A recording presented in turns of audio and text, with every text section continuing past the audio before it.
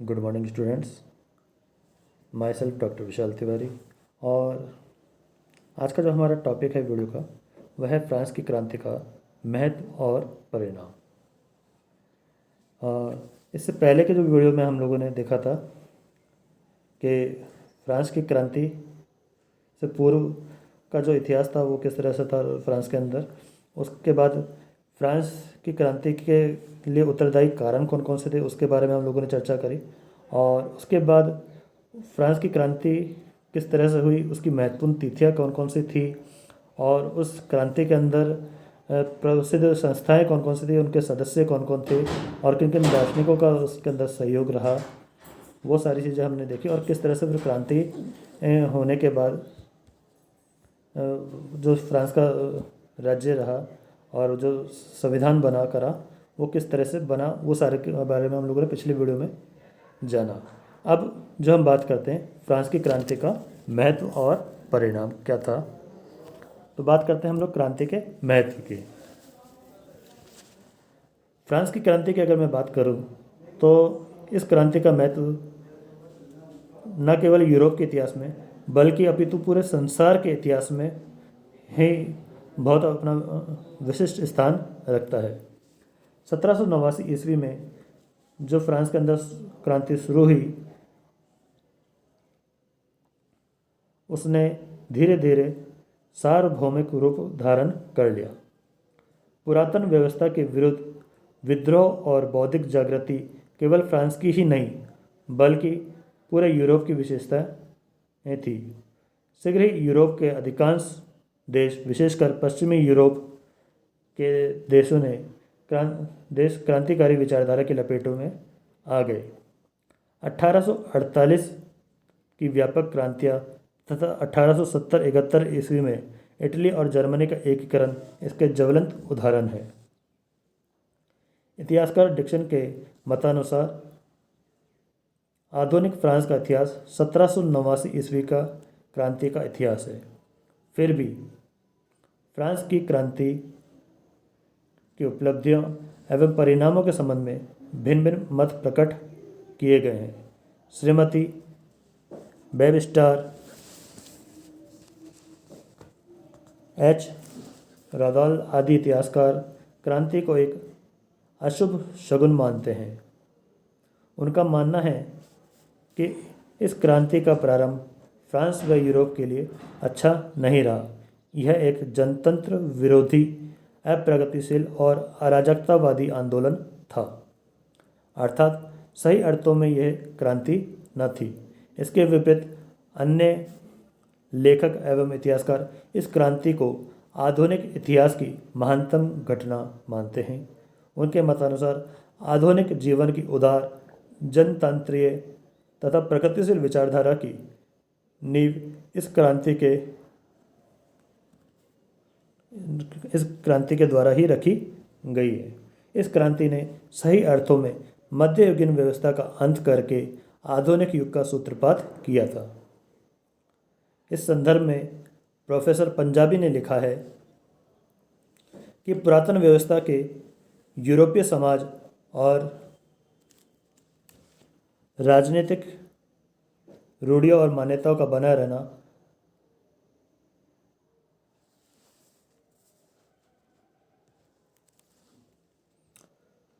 पुरातन व्यवस्था के यूरोपीय समाज और राजनीति पर हुए इस भयंकर आक्रमण ने मानव मस्तिष्क को इस प्रकार आंदोलित कर दिया कि प्राचीन रूढ़ियों और मान्यताओं का बना रहना असंभव हो गया।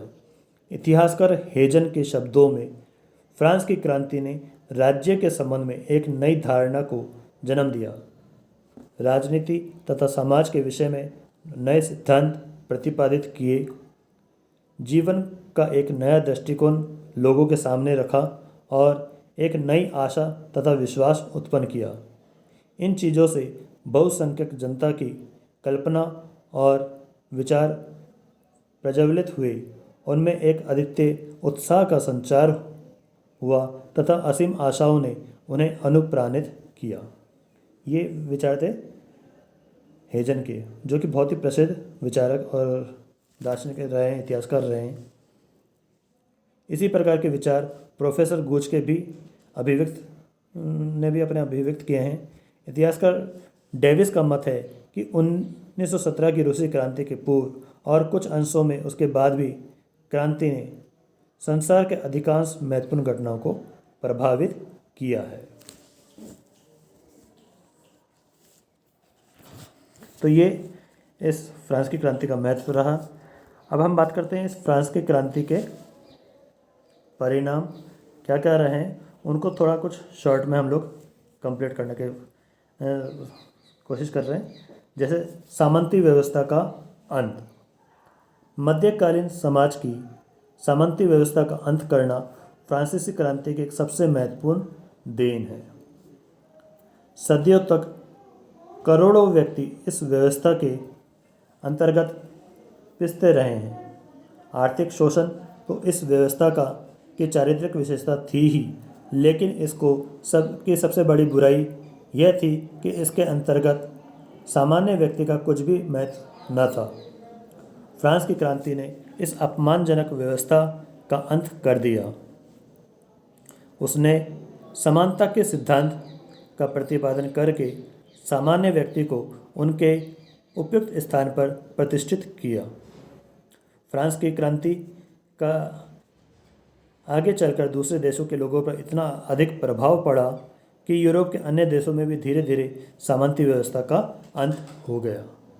तो ये एक बहुत महत्वपूर्ण परिणाम निकला कि सामंती व्यवस्था का अंत फ्रांस की क्रांति की वजह से हो पाया। दूसरा है धर्मनिरपेक्ष राज्य का उदय।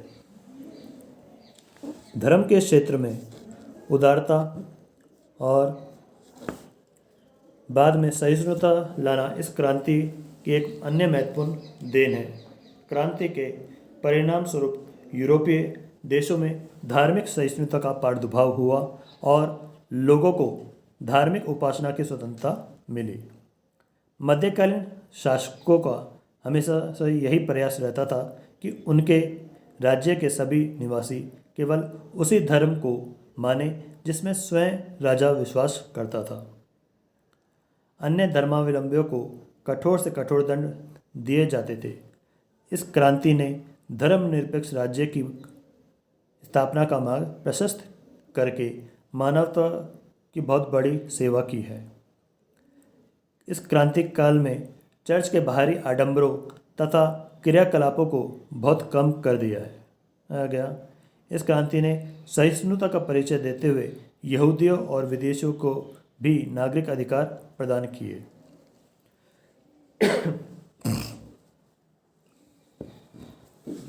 अब हम बात करते हैं इसका जो तीसरा परिणाम निकला वो था राष्ट्रीयता का विकास। फ्रांस की क्रांति ने एक ऐसी प्रगतिशील राष्ट्रीयता को जन्म दिया जिससे आधुनिक संसार आज भी अत्यधिक प्रभावित है। नागरिकों के हृदय में अपने देश की सुरक्षा के लिए राष्ट्रीयता की यह भावना केवल फ्रांस तक ही सीमित नहीं रही। जैसे जैसे क्रांति का विस्तार होता गया वैसे वैसे यूरोप के अन्य देश भी इसी भावना से प्रभावित और प्रेरित होने लगे। संसार के सभी पददलित और परतंत्र लोगों में इस भावना का प्रसार हुआ और प्रत्येक देश में अपने राष्ट्र को स्वतंत्र तथा उन्नत बनाने के लिए आंदोलन उठ खड़े हुए। और चौथा जो इसका परिणाम निकला वह था राजनीतिक देन। फ्रांस की क्रांति ने राजाओं के देवी सिद्धांत का अंत कर लोकप्रिय संप्रभुता के सिद्धांत का प्रतिपादन किया। शासन की बागडोर केवल एक व्यक्ति के हाथ में न रहकर तथा संप्रभुता केवल राजा में ही केंद्रित न होकर राजा की जनता के हाथ में हो, यह इस क्रांति ने प्रमाणित कर दिखाया। अब सर्वसाधारण प्रत्यक्ष रूप से देश की राजनीति में हिस्सा बटाने लगा। इससे जनता में आत्मविश्वास की एक नई भावना का संचार हुआ। राजनीतिक दलों का बड़े पैमाने पर उदय एवं विकास हुआ।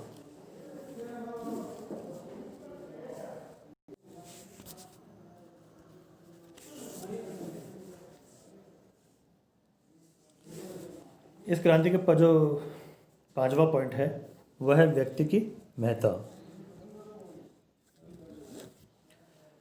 मानव अधिकारों की घोषणा और स्वतंत्रता एवं समानता के सिद्धांतों का प्रतिपादन करके फ्रांस की क्रांति ने व्यक्ति की महत्ता एवं गरिमा को स्वीकार किया।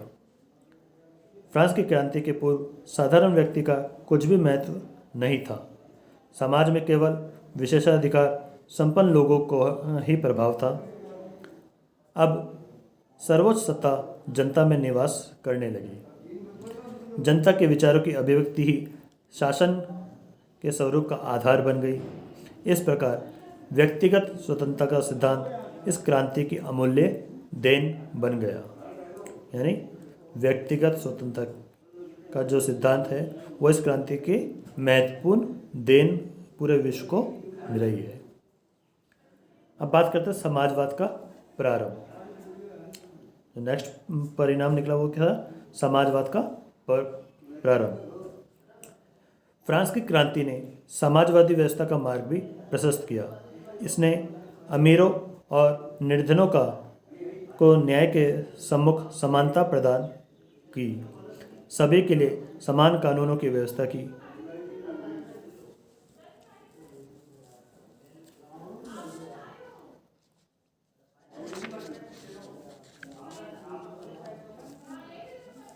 यह ठीक है कि क्रांति ने श्रमिकों की स्थिति को सुधारने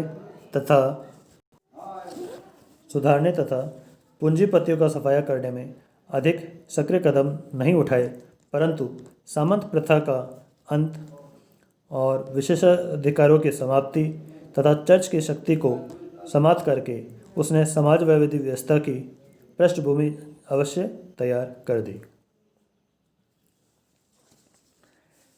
नेक्स्ट जो सबसे महत्वपूर्ण पॉइंट परिणाम जो इसका निकला वो था स्वतंत्रता, समानता एवं बंधुत्व।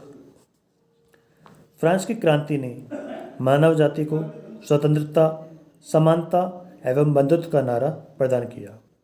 स्वतंत्रता मनुष्य का जन्मसिद्ध अधिकार मान लिया गया।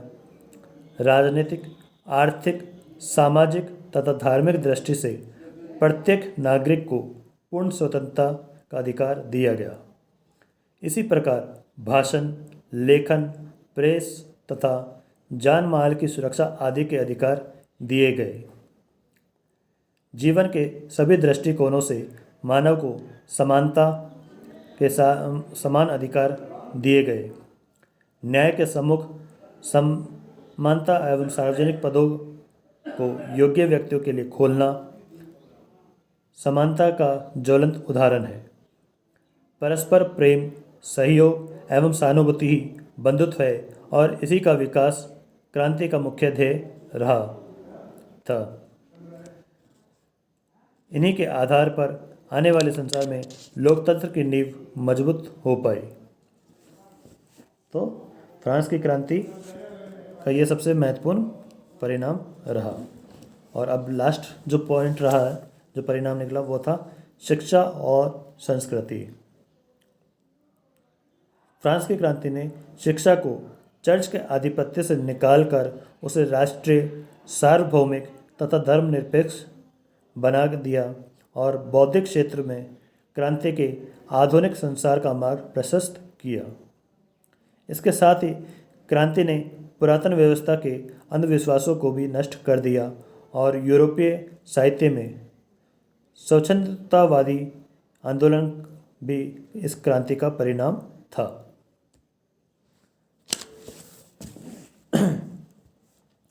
तो उपयुक्त विवरण से हम लोग ये देख सकते हैं कि इस फ्रांस की क्रांति ने कितने महत्वपूर्ण परिणाम और महत्व इसका रहा है, जो पूरे विश्व के लिए एक बहुत बड़ा योगदान के रूप में हम लोग देख सकते हैं फ्रांस की क्रांति को, जो कि एक अमूल्य योगदान पूरे विश्व के लिए है।